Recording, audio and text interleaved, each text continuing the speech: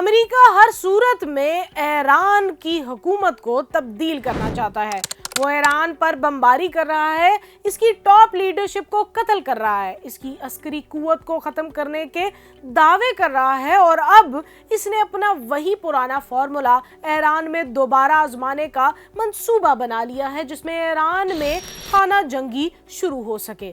اور اس دفعہ امریکہ کا مہرہ بنیں گے کرد رہنما، کرد باغی جو عراق میں موجود ہیں اور طویل عرصہ خاموش رہنے کے بعد امریکہ کی ایما پر پھر سے سرگرم ہو چکے ہیں۔ آج کی ویڈیو میں ہم بات کریں گے عراق کے ان کرد باغیوں کی جو پچھلے 70 برسوں سے الگ وطن حاصل کرنے کے لیے سیاسی اور عسکری جدوجہد کر رہے ہیں۔ عراق کی سرحد کے قریب پہاڑوں میں مقیم ہزاروں کرد جنگجوؤں میں بڑی تعداد خواتین کی بھی ہے۔ ان کا تعلق Kurdistan democratic party of Iran سے ہے۔ باہر کی دنیا کے زیادہ لوگ اس جدوجہد کے بارے میں نہیں جانتے، مگر ان لوگوں نے اپنی پوری زندگیاں اسی مقصد کے لیے وقف کر دی ہیں۔ دوستوں، 2 دہائیاں قبل کرد گروہوں نے ہتھیار چھوڑ کر سیاسی جدوجہد شروع کر دی تھی۔ وہ عراق میں جلا وطنی کی زندگی گزار رہے تھے۔ اسی دوران مشرق وسطیٰ میں کردوں کی صورتحال بدلتی رہی۔ ایران کے ساتھ ساتھ یہ کرد گروہ عراق، شام اور ترکی میں بھی خود مختاری کی تحریکیں چلا رہے ہیں، جہاں ان کے خلاف سخت ریاستی ایکشن چلتے رہتے ہیں۔ لیکن ایران کے کردوں کی تحریک تقریباً رک گئی تھی۔ لیکن اب اسرائیل اور امریکہ کے حملوں کے بعد CIA نے اپنے پرانے فارمولا پر پھر سے کام شروع کر دیا ہے۔ امریکی ٹی وی چینل CNN کے مطابق صدر ٹرمپ نے ایک بار پھر سرکردہ کرد رہنما مسعود بارزانی اور باقل طالبانی سے ٹیلی فونک رابطے کیے ہیں۔ اس گفتگو کی تفصیلات تو ابھی سامنے نہیں آئیں، تاہم اس فون کال کے بعد اچانک سے کردوں کی ایران کے خلاف مسلح کارروائی کی اطلاعات ہیں۔ امریکی حکام کے مطابق عراقی سرحد سے متصل علاقوں سے ہزاروں کرد جنگجو ایران میں داخل ہوئے ہیں۔ انہیں امریکہ کی فضائی سپورٹ حاصل ہے۔ امریکہ ان کے مقابلے میں آنے والی ایرانی فورسز پر بمباری کر رہا ہے۔ دوسری جانب ایران نے ایسی کسی بھی کرد پیش قدمی کی تردید کی ہے۔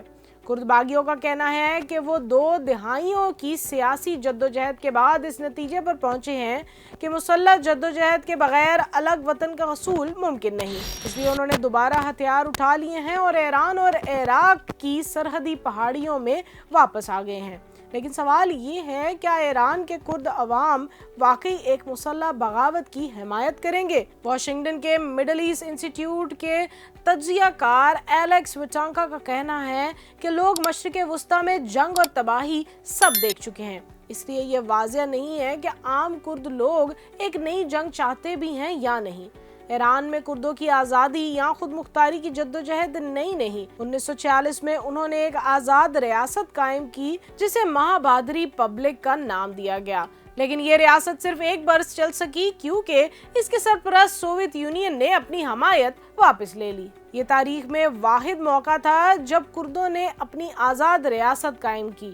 ایران میں 1970 کے انقلاب کے بعد کردوں نے دوبارہ اپنی خود مختار ریاست کا مطالبہ کیا، جسے ایرانی حکومت نے سختی سے مسترد کیا اور دونوں کے درمیان مسلح جھڑپیں شروع ہو گئیں، جو کہ 1999 کی دہائی تک جاری رہی۔ 1996 میں ایرانی فوجی کارروائیوں اور سیاسی دباؤ کے بعد کرد جنگجو پہاڑوں سے نکل کر عراق کے کرد علاقے میں کیمپوں میں منتقل ہو گئے۔